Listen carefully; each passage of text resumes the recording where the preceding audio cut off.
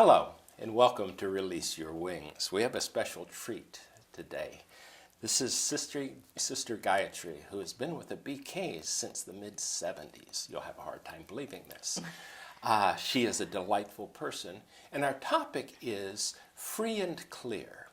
How does one live that way? So what sort of thoughts really increase this freedom, this clarity? What are some things that you would tell us to try?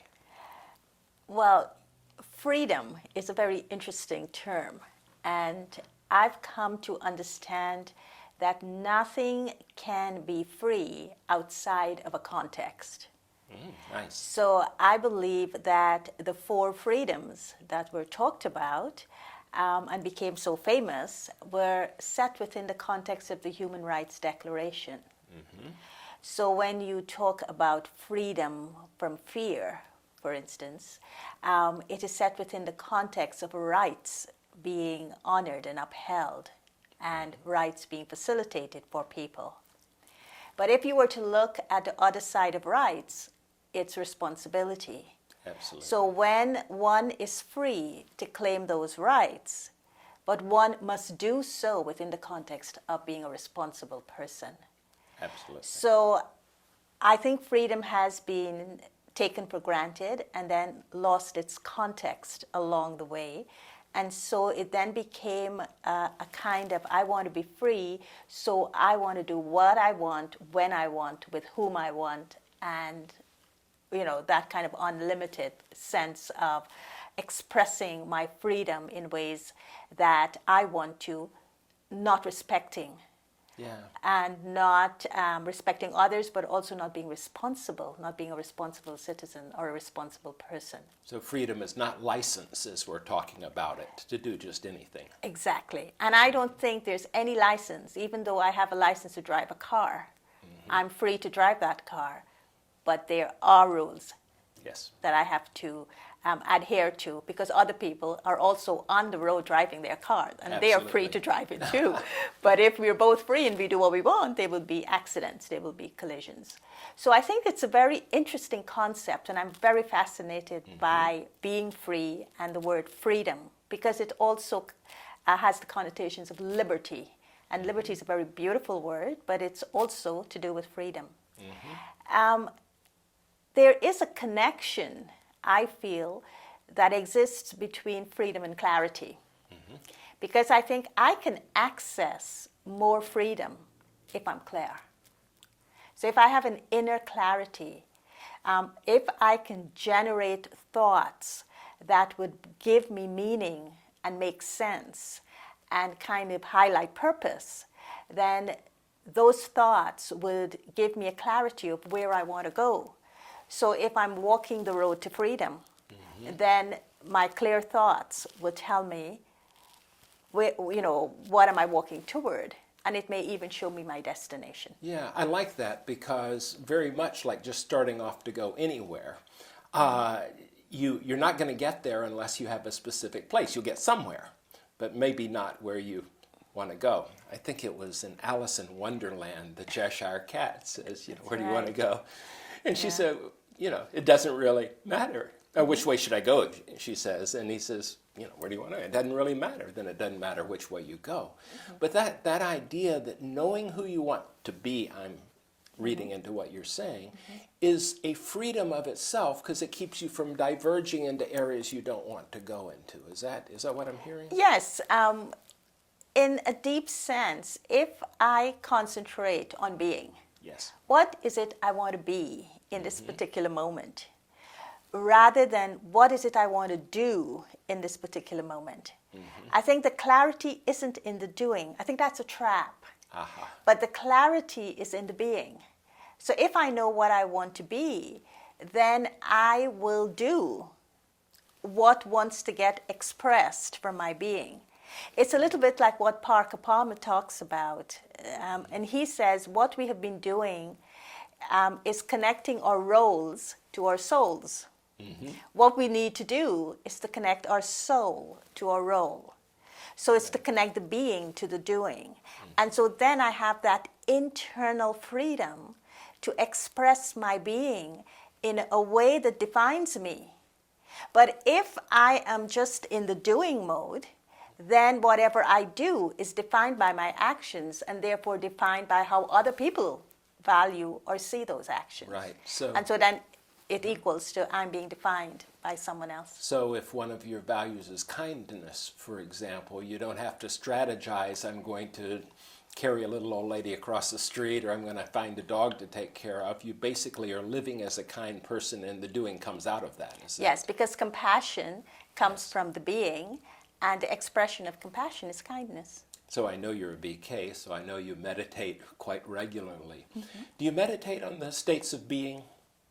Yes, I meditate on states of being, and I meditate on what it means to be free in a particular state of being. And I understand what limits my freedom. Talk to me about some of those limitations of your freedom.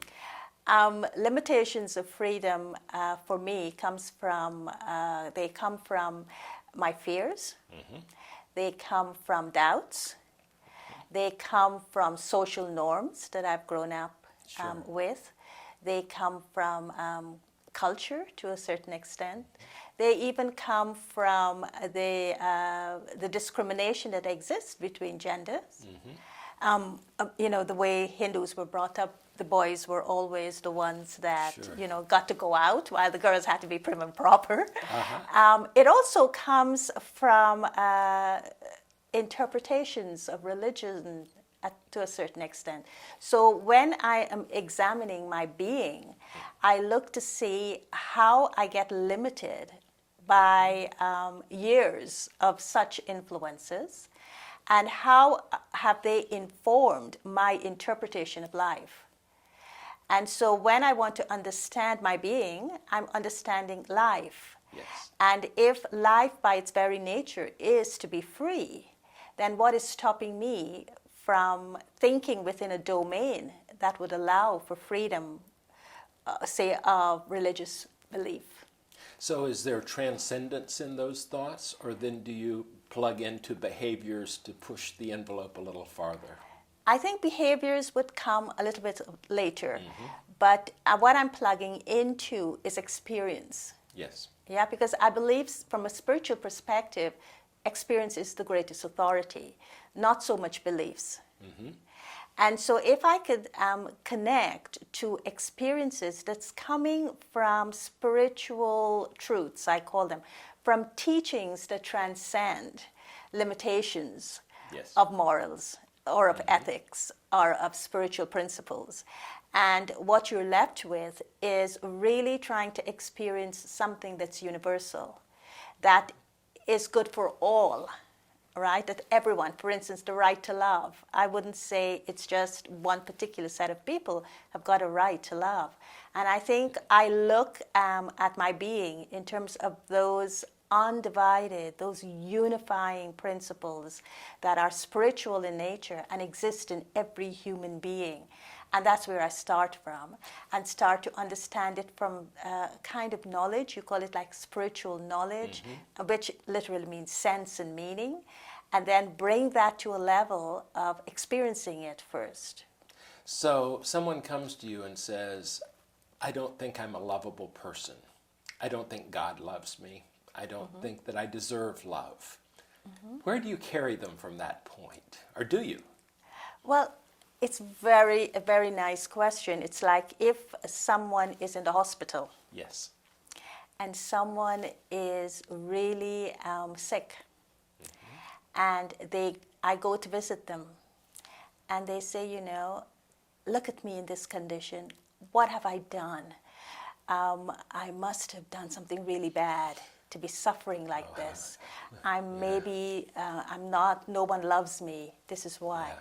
What would I do for that person in that moment? I would take their hand. I would hold their hand. I would look into their eyes, and I would love them. Perfect. Absolutely.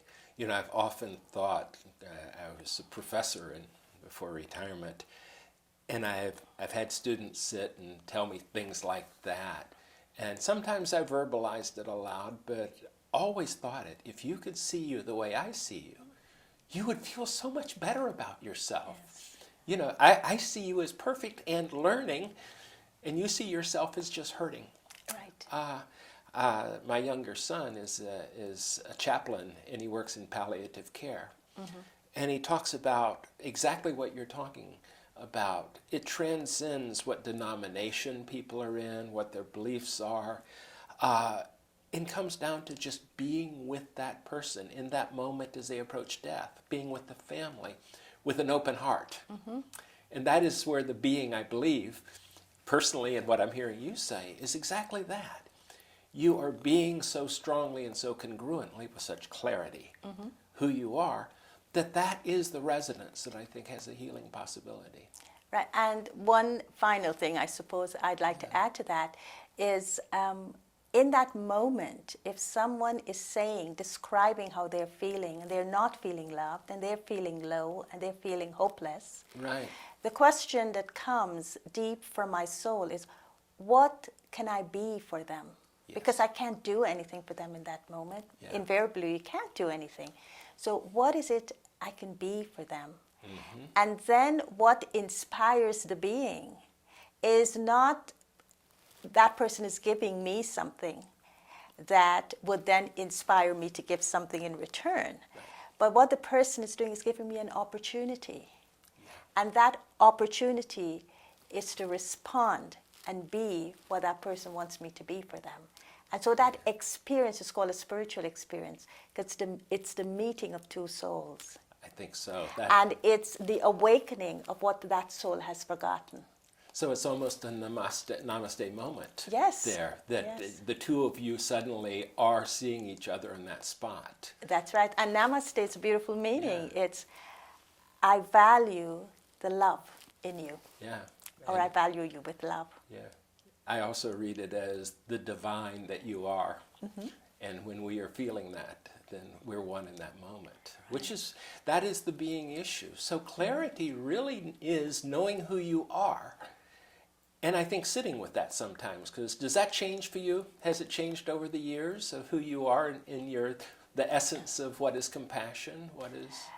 I think so. I Yeah. think every time we give ourselves a moment and ask, who am I in that moment?